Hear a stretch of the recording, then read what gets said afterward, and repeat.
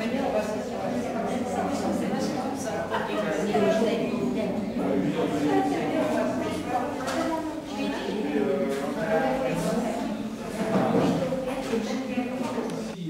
tous convaincus de la raison pour laquelle on se bat. Je vais prendre quelques petits points par touche sur des questions qui ne sont pas forcément évidentes. En première question évidente, ce que dit ça a une conséquence très pratique. Tout le monde est d'accord là-dessus. Tout le monde est d'accord, à droite, à gauche, partout. La conséquence pratique, s'ils gagnent sur les retraites, c'est-à-dire s'ils imposent une retraite à 67 ans, la conséquence pratique, l'enjeu de société, c'est un recul de l'espérance de vie des futurs retraités, et donc de l'ensemble de la société. Ça veut dire que cet enjeu des retraites, c'est un enjeu qui dépasse très largement des enjeux politiques habituels. C'est, j'allais dire, et c'est pas un mauvais jeu de mots, une question de vie ou de mort. Et une fois que j'ai dit ça, je vais faire une deuxième remarque. Cette deuxième remarque, c'est que pourtant, ce ne sont là que des amuse-gueules, comme on dit chez nous, ou des mises en bouche, comme on dit dans les grands restos. Pourquoi?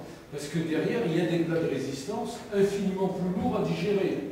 Et on aura l'ensemble du menu jusqu'au fromage et dessert compris, non Bourgogne après tout, si nous laissons faire. Alors, pour quelle raison? Pour une raison qui est assez évidente. Je suis toujours, moi, étonné de ces débats où personne ne dit qu'est-ce que c'est que la dette. C'est quoi la dette? C'est des investissements, c'est des gros investisseurs qui attendent que le fric qu'ils ont prêté rapporte à des taux importants. Et c'est pour ça que lorsque l'Union européenne avec le FMI viennent au secours des Grecs, on leur dit non, non, mais à 5% les gars. Les banques, elles se financent à 1% auprès de la Banque Centrale Européenne. Mais les Grecs, il faut qu'ils fassent ça. Pourquoi? Parce que la dette privée, c'est-à-dire les gens, les gros investisseurs qui ont prêté de l'argent aux Grecs, 5% c'est un minimum en deçà duquel cette dette risquerait de perdre de sa valeur. Voilà. Donc en réalité, on est confronté à ce prétexte d'une dette générale, gigantesque. Alors, il nous faut rire aussi là-dessus. Pourquoi? Parce que la dette, vous savez combien elle s'élève à peu près au niveau mondial? On n'est pas sûr, à quelques milliards près, hein, mais 5 900 milliards, c'est la dette globale à l'échelle de la planète. Ça ne veut évidemment rien dire du tout. Et donc on est dans une situation où, sous ce prétexte, ils entendent cogner, et cogner extrêmement fort. Ça fait partie de ce qu'ils ont décidé il y a une dizaine d'années déjà, qui consistait à dire pour que l'Europe devienne un endroit productif, attractif pour les investisseurs, eh bien, quand je dis productif, ce n'est pas pour produire des biens de consommation, c'est pour produire dans l'industrie de la finance.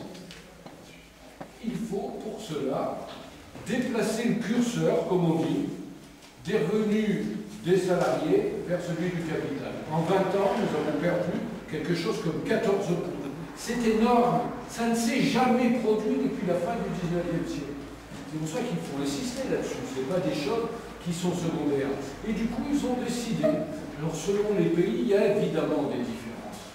La première différence, puisqu'on est en France, je vais prendre par là, c'est que le projet qu'ils nous proposent sur les retraites, c'est pas un alignement comme ils le prétendent souvent sur ce que vont faire les autres.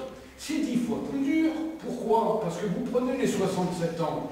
Les 67 ans, ça sera en 2030 en Allemagne. Ça sera en 2030 ou 2029 au Portugal. Nous, ça sera en 2018. Premier élément. Deuxième élément, il pique aussi en termes de volume financier l'équivalent sur l'affaire des retraites de 4,7 milliards. Alors ces 4,7 milliards, il faut en dire un mot.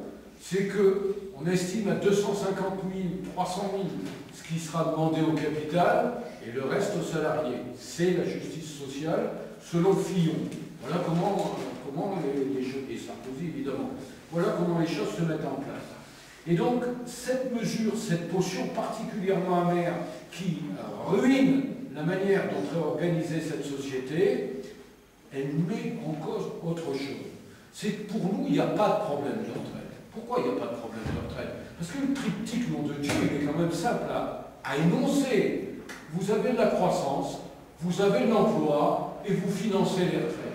Si de ce triptyque-là, il faut que la gauche, dans son ensemble, ne bouge pas. Parce que si nous commençons à bouger là-dessus, évidemment, on a des problèmes. Et on admet comme crédible ce qu'ils nous racontent. Or, ce qu'ils nous racontent, c'est non seulement souvent du vent, mais en plus, là, c'est l'instauration d'un cercle vicieux. Pourquoi? Parce que ce qu'ils sont en train de faire aujourd'hui, c'est-à-dire de serrer la vis, va écraser la croissance. Alors, c'est extraordinaire. Quand vous êtes aux États-Unis, vous entendez, par exemple, ce matin, sur CBS, Christine Lagarde, ministre des Finances, qui dit que notre priorité absolue, c'est la croissance. Quand ils sont ici, c'est autre chose. La croissance, alors ils vous racontent, ça sera 2,5 l'an prochain, ils ont construit un budget qui est une farce, etc. Mais en réalité, la croissance, ils savent très bien qu'ils sont en train de la liquider. C'est pas comme nous, disons. Les banques qui sont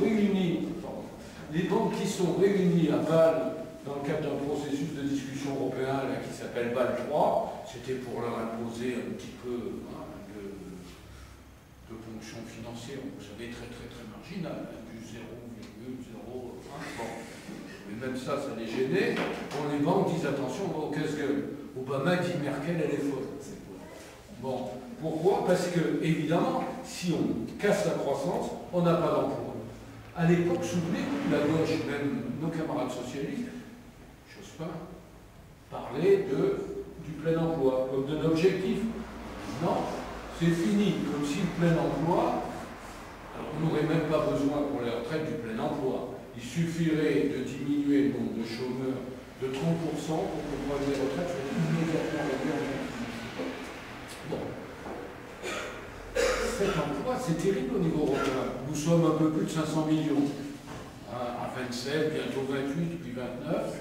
Bon, il y a 53 millions de chômeurs recensés officiellement, ça veut dire qu'il y en a plus, dans cette foutue Europe. Alors, je l'aime beaucoup, mais enfin, c'est intenable.